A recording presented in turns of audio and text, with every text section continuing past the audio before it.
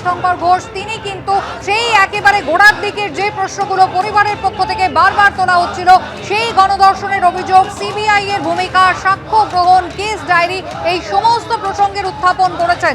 বিস্তারিত জানাবেন সৌভিক মজুমদার, রয়েছেন আমাদের সঙ্গে। সৌভিক,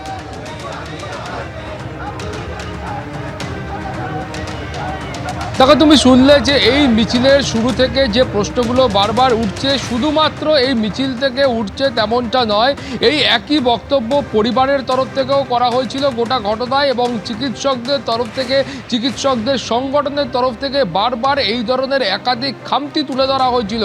এবং কলকাতা হাইকোর্ট কিন্তু আজকে কলকাতা হাইকোর্ট সেই ধরনের কিছু প্রশ্নের উত্তরই সিবিআই এর কাছ থেকে চেয়েছে। প্রথমত কলকাতা হাইকোর্ট এই প্রশ্ন করেছে যে এই গোটা ইনভেস্টিগেশনের কোথাও কোনো পর্যায়ে গিয়ে সিবিআই এর কি মনে হয়েছে যে এটা শুধুমাত্র ধর্ষণের ঘটনা নয়, এটা একটা গণধর্ষণের মতো ঘটনা ঘটে থাকতে পারে, এবং সেটা যদি সিবিআই এর মনে হয়ে থাকে যে এটা কোনো শুধুমাত্র ধর্ষণ নয়, এটা গণধর্ষণ হয়ে থাকতে পারে, সেক্ষেত্রে সিবিআই কাকে বা কাদের সন্দেহ করেছে সেই উত্তর কলকাতা হাইকোর্ট আজকে চেয়েছে।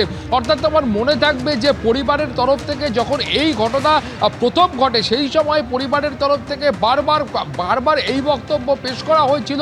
আইনজীবীরা এই বক্তব্য পেশ করেছিলেন যে তারা মনে করছেন যে সঞ্জয় রায় তার পক্ষে একা এই ঘটনা ঘটানো কার্যত অসম্ভব। এবং তুমি জানো যে এই ঘটনাকে কেন্দ্র করে চিকিৎসক সংগঠনের তরফ থেকেও বারবার যে বক্তব্য সামনে এসছে, সেই বক্তব্য বারবার এটাই প্রতিফলিত হয়েছে যে সঞ্জয়ের একার পক্ষে এই ঘটনা ঘটানো সম্ভব নয়। ফলে তো কলকাতা হাইকোর্টের যে আজকের প্রশ্ন, সেই প্রশ্ন কিন্তু অত্যন্ত তাৎপর্যপূর্ণ যে সিবিআই এর কোথাও গিয়ে মনে হয়েছে কিনা যে এই গোটা ঘটনা সঞ্জয় রায় একা ঘটিয়েছে, নাকি এই গোটা ঘটনা একটি গণধর্ষণের ঘটনা, এবং সেটা যদি গণধর্ষণের ঘটনা হয়ে থাকে তাহলে কাদের সিবিআই সন্দেহ করছে বা কাকে সিবিআই সন্দেহ করছে, সেই একাধিক প্রশ্ন কলকাতা হাইকোর্ট আজকে তুলেছেন।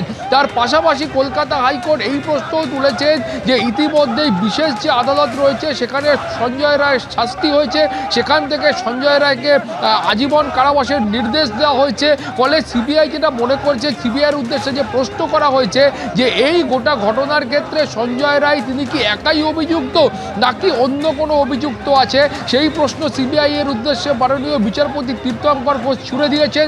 তিনি এটাও বলেছেন যে নিম্ন আদালত বা বিশেষ আদালতের যে এই বিশেষ যে বিচার প্রক্রিয়া, সেখানে যে চার্জ গঠন হয়েছে, সেখানে কোন কোন ধারায় চার্জ গঠন হয়েছে সেটা তিনি খুঁজে দেখার জন্য বলেছেন, সেই তথ্য তিনি পেশ করার জন্য বলেছেন।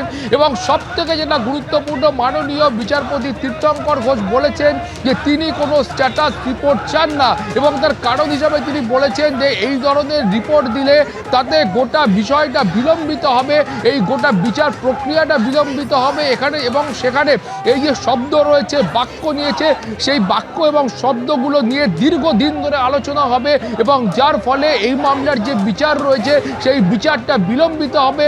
ফলে তো কোনো স্ট্যাটাস রিপোর্ট নয়, তিনি সরাসরি কেস ডায়েরি চান।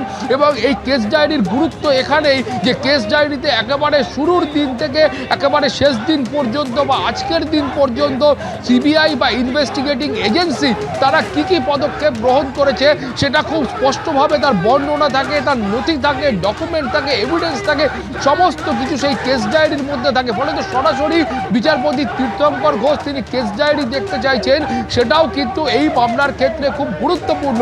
ফলে সব মিলিয়ে 28 মার্চ যখন এই মামলার ফের শুনানি হবে কলকাতা হাইকোর্টে, তখন সিবিআইকে এই সমস্ত প্রশ্নের উত্তর কিন্তু দিতে হবে। পাশাপাশি তোমাকে বলবো যে পরিবারের তরফ থেকে বলা হয়েছে যে তারা চান এই মুহূর্তে এই মামলার ক্ষেত্রে একটি কলকাতা হাইকোর্টের নজরদারিতে, কলকাতা হাইকোর্টের মনিটরিংয়ে একটা এসআইটি গঠন করা হোক, এবং সেখানে সিবিআই এর কমপক্ষে অ্যাডিশনাল সুপার পদমর্যাদার আধিকারিকদের দিয়ে এই এসআইটি গঠন করা হবে, এবং তারা কলকাতা হাইকোর্টের নজরদারিতে এই মামলার যে ফার্দার ইনভেস্টিগেশন বা পরবর্তী পর্যায়ের যে ইনভেস্টিগেশন সেটা তারা করবেন, এবং কলকাতা হাইকোর্টই খতিয়ে দেখবেন যে এই ইনভেস্টিগেশনটা সেটা ঠিকঠাক হচ্ছে কিনা। কারণ পরিবারের বক্তব্য হলো তারা শুরুর দিন থেকে বলেছেন যে যারা গুরুত্বপূর্ণ সাক্ষী হতে পারতেন আর.জি. কর হাসপাতালের সেই দিনকার সেই নার্সদের এবং নিরাপত্তা রক্ষীদের এখনো পর্যন্ত জিজ্ঞাসাবাদ করা হয়নি। যে সহকারী সুপার বা অ্যাসিস্ট্যান্ট সুপার পরিবারকে ফোন করেছিলেন এবং যার বিরুদ্ধে পরিবার অভিযোগ করেছিল যে বারবার ভুল তথ্য দিয়ে তাদেরকে বিভ্রান্ত করা হয়েছে, তাকে এখনো জিজ্ঞাসাবাদ করা হয়নি। ফলে সেই বক্তব্য কলকাতা হাইকোর্টে পেশ করা হয়েছে। ফলে সব মিলিয়ে 28শে মার্চ সেটাও কিন্তু অত্যন্ত গুরুত্বপূর্ণ, তার কারণ সিবিআই সেই সময় তাদের যে বক্তব্য রয়েছে সেটা কলকাতা হাইকোর্টে পেশ করবে। কুসুমিতা, একেবারেই সৌভিক, তুমি আমাদের সঙ্গে থাকো। নির্যাতিতার মা বাবা তারা কি জানালেন দেখুন এবার। মামলাটা উঠেছে এবং আমাদের যে সাবমিশন ছিল সেটা উনি ভালো করে তত্ত্বাবধান যেটা বলে সেটা করেছেন এবং আমাদের যে ফার্দার ইনভেস্টিগেশনের কথা বলা হয়েছে সেটা উনি শুক্রবার দিন সিবিআইয়ের কাছে কেস ডায়েরি সহ সিবিআইকে সমস্ত আমাদের খুশি করার মতো তদন্ত করে তার উত্তর দিতে বলেছে। কোর্ট আমাদের সঠিক বিচার দেবে বলেই আমরা মনে করছি এবং আমাদের যে লড়াই চলছে সে লড়াই আমাদের চালাতে সুবিধা হবে। রাজ্য সরকার একদিকে বলছে ফার্দার ইনভেস্টিগেশনে কোনো তাদের অবজেকশন নেই, কিন্তু আবার আইনের দিক দিয়ে বাধা দেখাচ্ছে। তারা কি যে সঠিক কথা বলতে চাইছে পরিষ্কার করে বলছে না। যেটা রাজ্য সরকারের প্রথম 9 তারিখ থেকে আমরা দেখে আসছি সেই চরিত্রটা এখানেও তুলে ধরে আমাদের কাছে রাখা হয়েছে এবং কোর্টের কাছে আমরা সেই 54টা কোশ্চেনের উত্তর চেয়েছি। কোর্ট কীভাবে সেই কোশ্চেনগুলো উত্তর দেবে সে কোর্টকেই ভাবনা চিন্তা করতে হবে এবং সেটা কোর্ট আজকে যে কথা বলেছে তাতে বোঝাই গেছে যে তিনি ভাবনা চিন্তা শুরু করেছেন। আমরা বিচারের দিকে এগোচ্ছি, কারণ সিবিআইকে আমরা বারবার চেষ্টা করেও এটা বোঝাতে পারিনি যে এটা আমার মেয়ের যে প্রতিষ্ঠানিক খুন, এটা যে ধর্ষণের মোটিভ না, এটা যে তাকে খুন করাই তার মোটিভ। যে হসপিটালে যে ওষুধ জাল দুর্নীতি এসব সে জেনে ফেলেছিল এবং সে এত পেশেন্ট মারা যায় তার প্রতিবাদ করেছিল, তাকে তাই খুন করা হয়েছে।